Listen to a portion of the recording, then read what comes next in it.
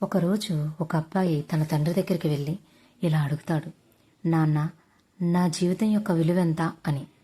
దానికి సమాధానం చెప్తాను, కానీ ముందు ఈ రంగురాయి యొక్క విలువను తెలుసుకునిరా, కానీ దీన్ని ఎవరికీ అమ్మవద్దు అని అంటాడా తండ్రి.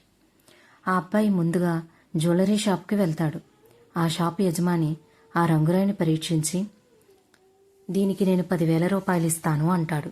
అక్కడ నుంచి ఒక మ్యూజియంకి వెళ్తాడు. అక్కడ అతను పరీక్షించి 2,00,000 రూపాయలు ఇస్తాను అంటాడు. అక్కడ నుంచి ఒక వజ్రాల వ్యాపారి దగ్గరికి వెళ్తాడు. ఆ వ్యాపారి ఆ వజ్రాన్ని పరీక్షిస్తూనే చాలా ఆనందంతో ఆశ్చర్యంతో ఇలా అడుగుతాడు, ఈ అపురూపమైన వజ్రాన్ని నువ్వు ఎక్కడ పొందావు? నా ఆస్తి మొత్తం అమ్మినా కూడా నేను ఈ వజ్రాన్ని కొనుగోలు చేయలేను అని అంటాడు. జరిగిన సంఘటన మొత్తాన్ని తన తండ్రికి వివరిస్తాడా అబ్బాయి.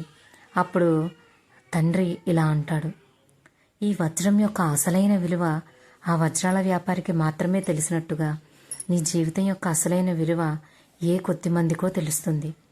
మిగతా వారందరూ వారి వారి పరిజ్ఞానాన్ని బట్టి, వారి పరిధిని బట్టి నిన్ను చెక్ చేస్తూ ఉంటారు.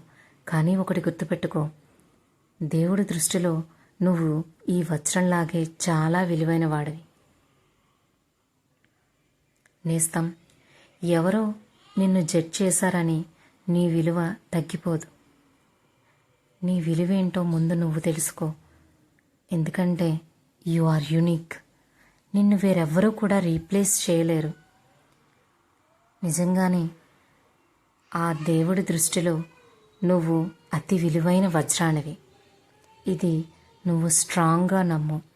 నీ లైఫ్ చాలా ఆనందంగా ఉంటుంది. Thank you.